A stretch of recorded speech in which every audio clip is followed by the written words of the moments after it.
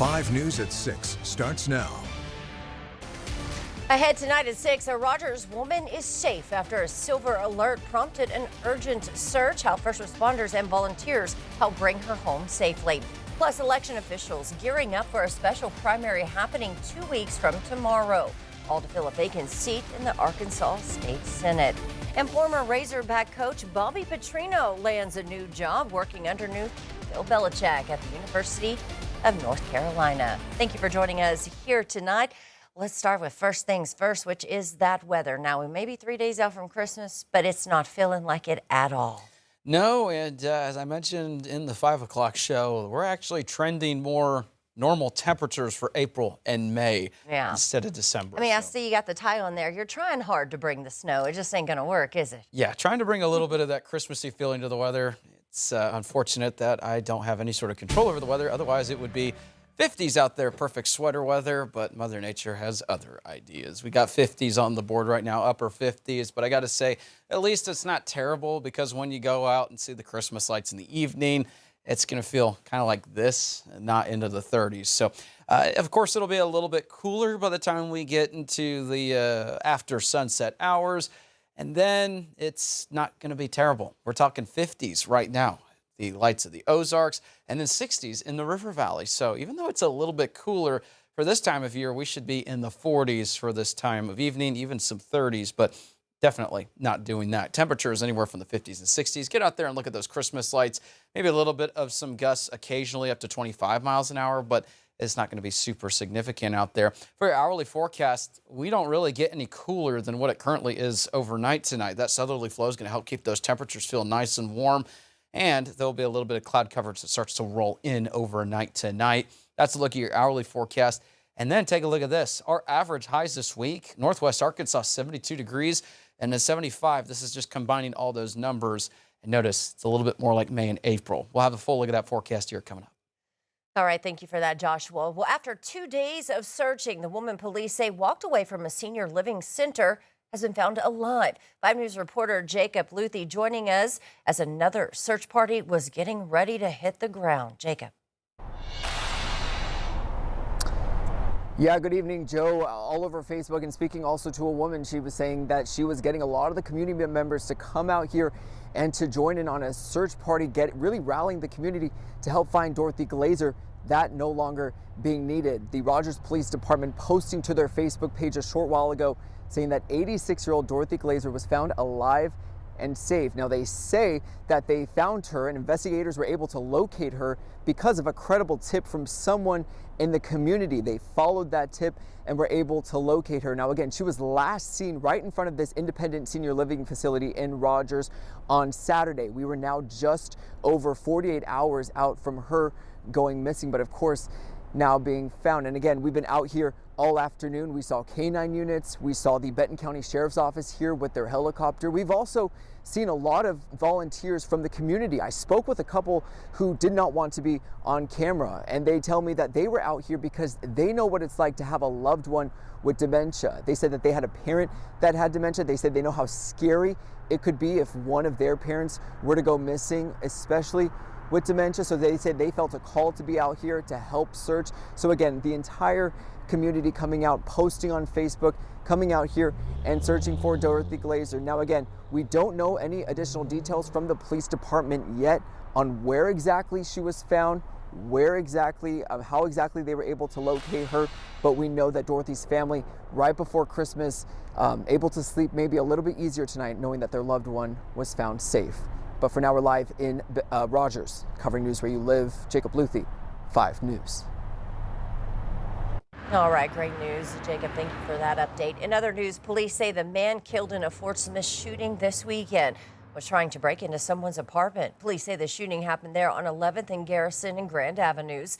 Police were called just before 9 from a resident saying a man wearing all black clothing was trying to get into his apartment with his girlfriend and 3 children also inside. The suspect has been identified as Wayne Nance. He was pronounced dead at the scene. Police say the prosecuting attorney will determine if charges are warranted. Of course, we'll keep you posted on air and online as this investigation unfolds. Well, Bentonville City Council discussing what to do about wastewater and who's going to pay for it as the city grows. 5 News reporter Bo Russell is in Bentonville now as the meeting gets underway. The city's wastewater system is being pushed to its limits, so one of the major goals of tonight's meeting is to figure out what to do about it. City documents say several sewer basins are already at or near capacity, so expansions are coming either way. The debate is how to pay for them. City leaders say if they fund the upgrades through monthly wastewater rates alone, bills could jump by nearly 90%. Instead, they're considering reinstating a one-time wastewater development fee that would apply only to new developments, not current customers. The council is also looking at a development fee revenue bond backed only by that fee, not taxes or rates, with the Alice L. Walton Foundation offering to purchase a $2.39 million bond, which is structured like a line of credit. Tonight's meeting will include a public hearing and 2 ordinances tied to that proposed fee. I'll have an update with more information on the meeting tonight at 10. In Bentonville, covering news where you live, Bo Russell, 5 News. Well, also happening now, a special meeting underway at the Washington County Courthouse on a proposed concrete plant near Prairie Grove. More than 1,000 people have signed a petition opposing the project, citing concerns about health risk, water quality, and increased traffic. Neighbors say the land is zoned for residential and agricultural use and doesn't belong in a growing neighborhood. County leaders are hearing public comment as they consider whether the project moves forward. And Sebastian County election officials are gearing up for their first election of 2026. It's to fill the seat in the state Senate that's been vacant since the death of Gary Stubblefield. They held a meeting today where they did logistical and accuracy testing for the voting machines. They'll be at 6 voting locations. The county commissioners went through the process. The first primary date for the election is 2 weeks from tomorrow. There will be 5 Republicans on the ballot, and election officials say it's important that voters are ready to pick who they want to fill the seat. I think it's important that you come prepared with who you want to select, because a lot of people come to our voting centers expecting for our personnel to give them an idea of who to pick. So I suggest, checking out the candidates and seeing what they stand for and just having your decision made before you get there. Well, here's a look at all the election days. The primary 2 weeks from tomorrow. You can find those details as well about the 5 candidates on our website. If the race goes to a runoff, that will happen the first Tuesday of February. Election day is March 3rd. Well, flu cases are surging across the country ahead of Christmas. Reporter Tanya Mardisky spoke with Arkansas health officials about what you can do to protect yourself from this year's flu bug. It's not the Christmas plans millions of Americans intended to have this holiday season. We always have a little bit of a surge before Christmas.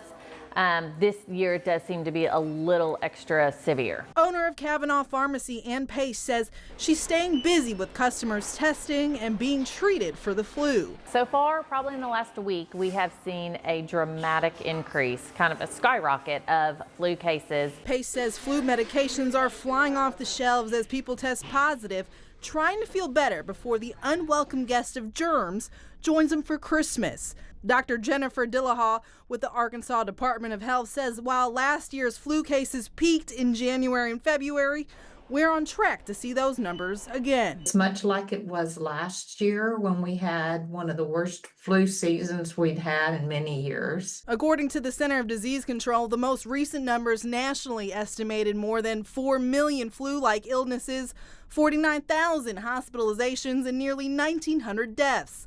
Dr. Dillahaw says the best defense against these Scrooge-like flu germs, hand washing, staying home, even if that means canceling Christmas plans to protect elderly, kids, and pregnant women from more severe cases, and to get vaccinated against the current strains. It will be a number of weeks before we have a sense of how well the current vaccine is protecting against the currently circulating strain.